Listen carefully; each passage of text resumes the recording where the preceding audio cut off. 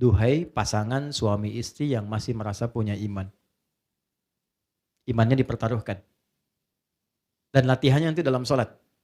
Makanya nanti ada bab suami jadi imam, istri jadi makmum berdua sholat. Nanti di akhir saya tutup dengan itu. Ya. Hei suami dan istri yang masih merasa punya iman. Mohon maaf di terjemahan tuh dibatasi laki-laki itu kurang tepat. Karena ayat ini untuk keduanya. Kalau ada ayat Quran dibuka dengan iman, artinya perintah yang ada di ayat itu mempertaruhkan keimanan kita. Kalau bertindak benar imannya kuat, kalau menyalahi imannya bermasalah. Perhatikan. La yahillu lakum an tarithun nisa'a karha. Jangan wariskan sikap kurang baikmu pada pasanganmu. Allah sudah kasih bocoran sebelum menikah. Bahwa setelah menikah itu, maaf dengan kalimat ini, tidak seindah dan sesempurna seperti yang tergambar sebelum menikah. Kita sudah paham semua lah. Kalau sebelum menikah, yang paling sempurna kan pasangan. Yang paling ganteng dia, yang paling cantik dia, yang paling sempurna dia, segalanya. Tapi Allah kasih bocoran sebelumnya. Nanti sebelum menikah seperti itu, setelah menikah akan tampak karakter-karakter dan perilaku yang tidak terbayang sebelumnya. Maka rem pertama yang Allah sampaikan, hei suami, hei istri. Aku tahu tidak ada yang sempurna di antara kalian berdua. Tapi jangan wariskan karakter kurang baikmu pada pasanganmu.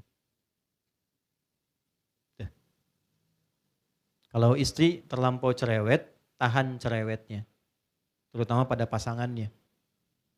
Kalau suami terlampau keras, tahan kerasnya. Hadirkan yang lembutnya pada pasangannya.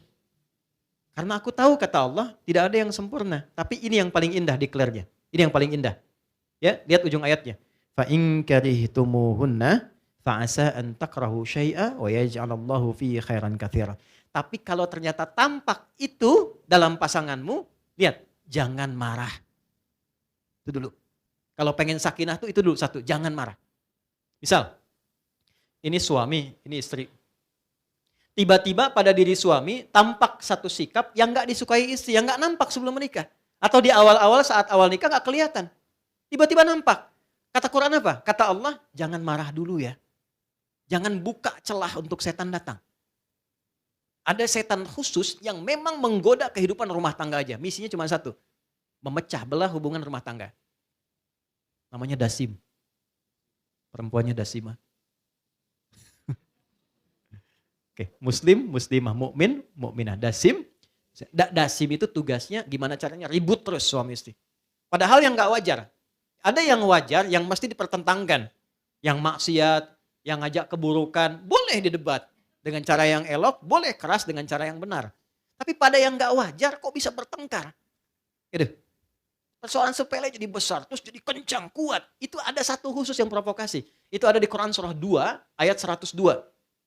Dan itu dia bertugas sejak era Nabi Sulaiman alaihissalam. Janjinya. Quran surah 2 ayat 102. Diungkap di era Nabi Sulaiman, dimulai sejak zaman Nabi Adam. Jelas? Baik. Perhatikan. Yufarniquna bihi bainal mar'i wa zawji.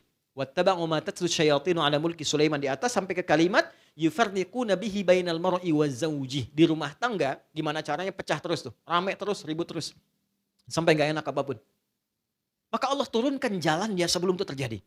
Kalau engkau dapatkan pasanganmu, dia berperilaku hal yang kurang wajar bagimu dari karakternya, satu, jangan marah dulu kata Allah. Yang paling indah apa? Yang paling indah. Sabar dulu, ini bahasa tafsirnya ya. Karena aku pasangkan dia denganmu, karena kelebihanmu itulah yang menyempurnakan kekurangannya.